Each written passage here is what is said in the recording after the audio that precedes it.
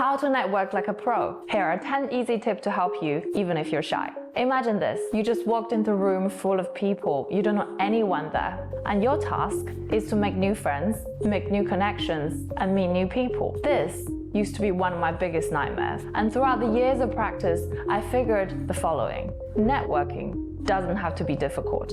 It's a skill that can be learned and trained, just like any other skills in the world. So today, I'm going to share with you 10 very simple tips that you could start implementing today to improve your networking skills. So without further ado, let's get started. Number 1, target the right group.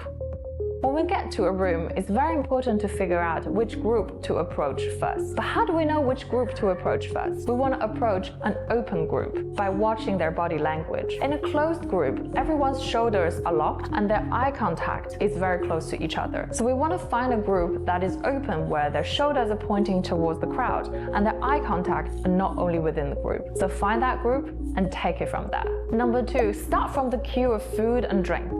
This is a very natural place to start networking with people, and it's very easy to start a conversation with people there. And the good news is that if you don't like speaking to them, you can always move elsewhere at the end of the queue. Number 3, choose where to stand strategically. We always want to avoid the spot right next to the door, because that's for people who are just arrived or they're about to leave. So for people who's just arrived at the event, they're very keen to maybe grab a drink or look across the room to find a spot to start with. So that's the place we want to avoid. Number 4, never dismiss anyone as unimportant. We want to take a genuine interest in people and ask the right questions. And we don't want to discount anyone just because of their job titles. I have a perfect example for this. A few years ago, I was in a professional event and I met a university student there. And she's very interested in working in finance. I was very happy to help her. And guess what? She invited me to an event that she was volunteering at. And that's the event where I met some of the most incredible people that's really helping me until today. So never discount anyone. Number 5, conversation starters. Here's what you can say. Hello, may I join you? I'm Ziying, and you can introduce yourself from there. We don't want to say things like, I'm really sorry to interrupt, because that doesn't come across as very confident. And here are a few questions we could ask pretty much anyone in any event.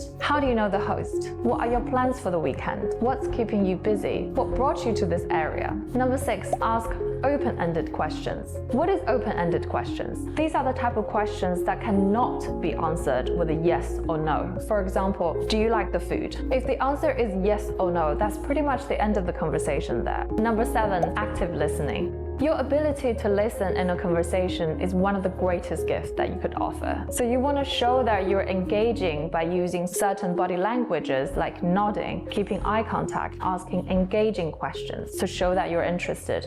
People always are interested in people that are interested in them.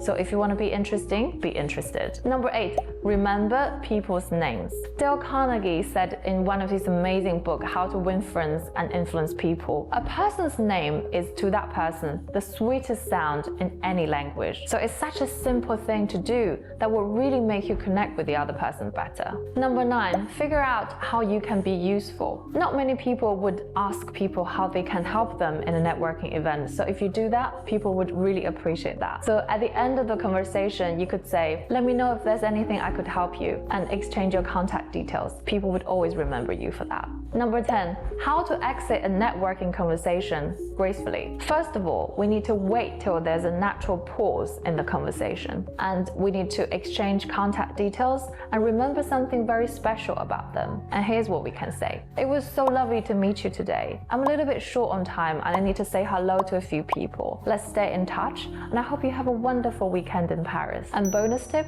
introduce them to someone else so that they're not alone. So that's it for today. I hope you enjoyed the tips that I've shared with you on networking. If you like this video, please like and subscribe to my channel, and I can't wait to see you in my next video.